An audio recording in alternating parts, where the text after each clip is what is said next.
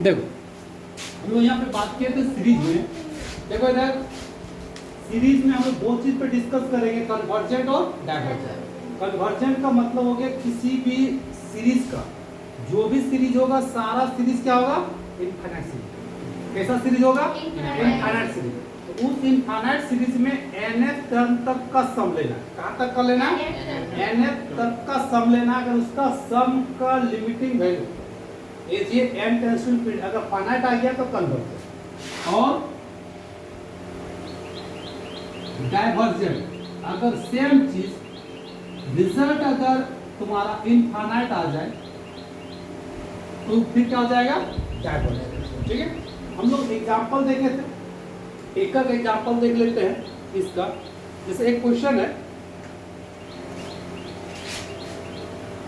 मान लेते हैं कि लेट समेशन ऑफ un एक सीरीज है। ठीक है, ऐसा क्वेश्चन हो सकता है कि आपको एग्जाम में दे, जैसे 1 by 1 2 1 by 2 3 1 by 3 4 dot dot dot dot plus 1 by n plus 1 dot dot dot to infinity. कैसा सीरीज है, इनफाइनाइट सीरीज। ठीक है, अब इसको टेस्ट करना है या कन्वर्जेंट है या डाइवर्जेंट। तो क्या करेंगे, इसका nth टर्म यहां से लेके यहां तक।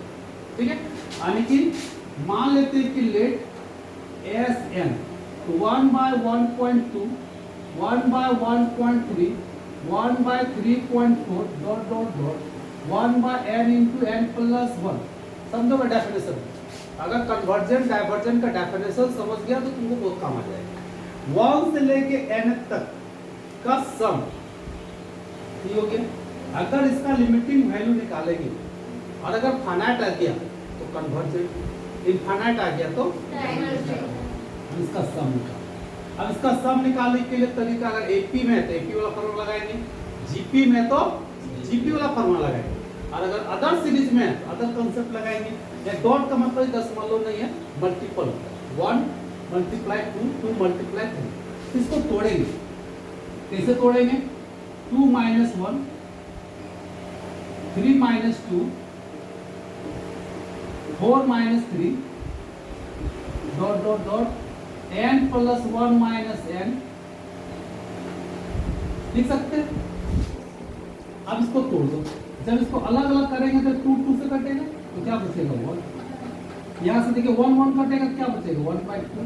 यहाँ से 3 3 कटेगा तो क्या बचेगा 1/2।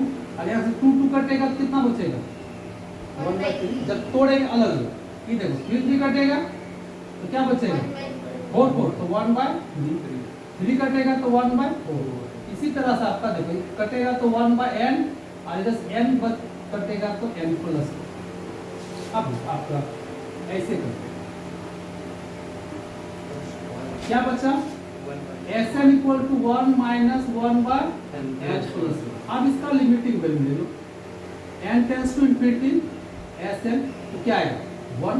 तो 1 कैसा है, फाइनाइट वैल्यू आएगा। इसका मतलब क्या हो गया, जो समेशन ऑफ un था इज कन्वर्जेंट। ये क्या होगा, कन्वर्जेंट। ये हम लोग सेकंड एग्जांपल लेते हैं, तो यहीं पे ले लेते हैं।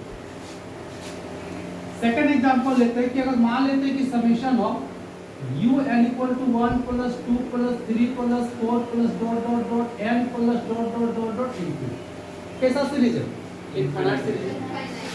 और अगर फाइनाइट सीरीज होता तो क्या होता, फाइनाइट सीरीज ऑटोमेटिक कन्वर्जेंट। तो फाइनाइट सीरीज में हमको टेस्ट करने की जरूरत नहीं है। जो भी टेस्ट करेंगे कैसा सीरीज पे करेंगे, इनफाइनाइट सीरीज। अब हमको या इनफाइनाइट सीरीज में क्या करेंगे, Sn लेंगे। ये हो गया तुम्हारा प्रूव करना किससे, बाय द डेफिनेशन से।